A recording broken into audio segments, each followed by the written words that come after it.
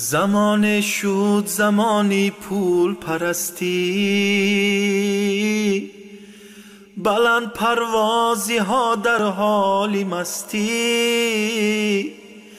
فراوان نعمت و مردم همسه،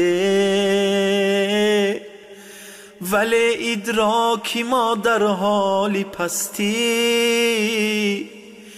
کجا شد احترامی یک دیگرها،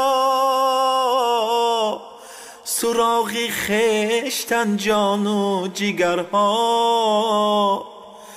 جدا شد دادره از خواهری خود، کجا شد نقطه‌ای نک از نظرها. عجایب یک زمان آمد سری ما، کی رفت انسانگری از مین بری ما. کنون شاگرد میگوید به استاد،